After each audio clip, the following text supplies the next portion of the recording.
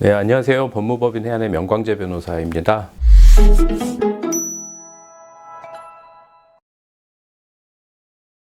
오늘 촬영 주제는 파산회생 제도와 근저당권의 충돌 문제를 다뤄볼 텐데요. 요즘 코로나를 한 3년 동안 지나면서 기업들 사정이 안 좋아지면서 이런 파산회생 제도에 들어가는 기업들이 많은 것 같습니다. 그런 기업들로부터 설정받았던 근저당권들이 인정이 되지 않는 그런 사례들이 생기고 있어서 충돌 문제를 한번 다뤄보겠습니다. 먼저 파산회생 제도에 대한 일반인들의 인식이 어떠한지 제가 느낀 바를 설명을 드리고 싶은데요. 일반적으로 채무자의 채무를 탕감해주는 나쁜 제도이다. 사기꾼을 양성하는 제도이다. 이렇게 생각하시는 분들이 많더라고요. 그리고 과거와 달리 파산회생 제도가 일반화되고 사람들에게 널리 알려지면서 채권자들께서 채무자가 파산회생 제도에 들어가면은 조금 체념하는 그런 분위기도 있는 것 같습니다. 그런데 이런 파산회생 제도가 도입된 취지는 무엇이냐면 채권자 보호와 채무자 갱생 사이에 이익 형량의 결과인 것입니다. 즉 채무자 갱생에 조금 더 무게를 두고 생겨난 제도라고 볼 수 있겠는데요. 그 취지는 채무자의 기본권을 보장해 주는 것, 채무자가 정상적으로 경제 활동을 할 수 있고 정상적인 생활을 하게 해주는 것입니다. 인생에 있어서 채무 한번 갚지 못했다고 해서 이 사람이 계속 숨어 지내거나 제대로 된 경제 활동을 할 수 없으면은 그 부분이 우리 사회적으로 조금 더 피해가 크다고 본 것이죠. 그리고 또 이렇게 채무자들이 본인 이름으로 경제 활동을 못하게 되면은 지하 경제가 활성화되게 됩니다. 이런 부분도 방지하고자 하는 취지가 있습니다. 그리고 채권자들, 특히 금융권에 무분별한 대출을 방지하고자 하는 취지도 있습니다. 금융권에서는 고리로 무분별하게 돈을 빌려주면 수익을 창출할 수 있기 때문에 이걸 회수할 수 있는지 여부를 정확히 검토하지 않고 대출을 해주게 되는데, 그렇게 되면 결국 그 피해가 돈을 갚지 못한 채무자, 또 국가경제 전체에도 미칠 수 있기 때문에 그래서 이런 부분도 방지하고자 하는 것이 파산회생 제도의 취지라고 볼 수 있습니다. 마지막으로 채권자들 사이에 공평한 분배를 하려는 그런 취지도 있습니다. 만약에 이런 공식적인 제도가 없다면은 채권자들 각자가 채무자에게 달려들어서 어떤 채권자는 자신의 채권을 대부분 회수하게 되지만 그렇지 못한 채권자들은 또 회수하지 못하는 경우가 발생할 수 있기 때문에 채권자들 사이에 공평한 분배, 이 부분도 해결하려는 그런 취지가 있습니다.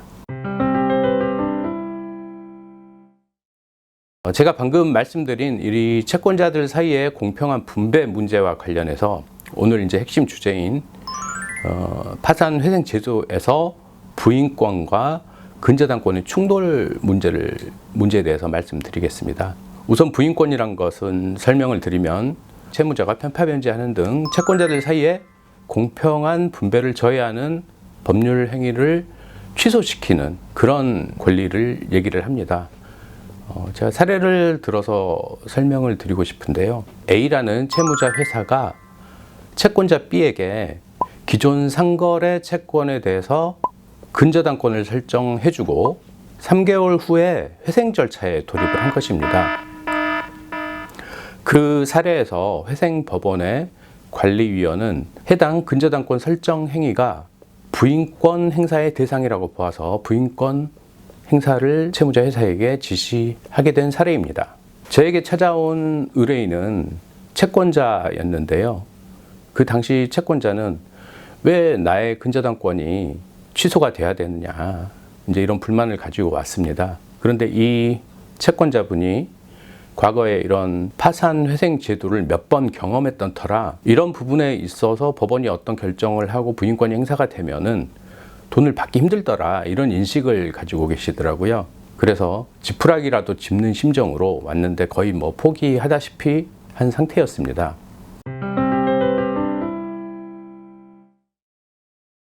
채권자의 사례를 듣고 이것을 극복할 수 있는 법리를 검토를 했는데요.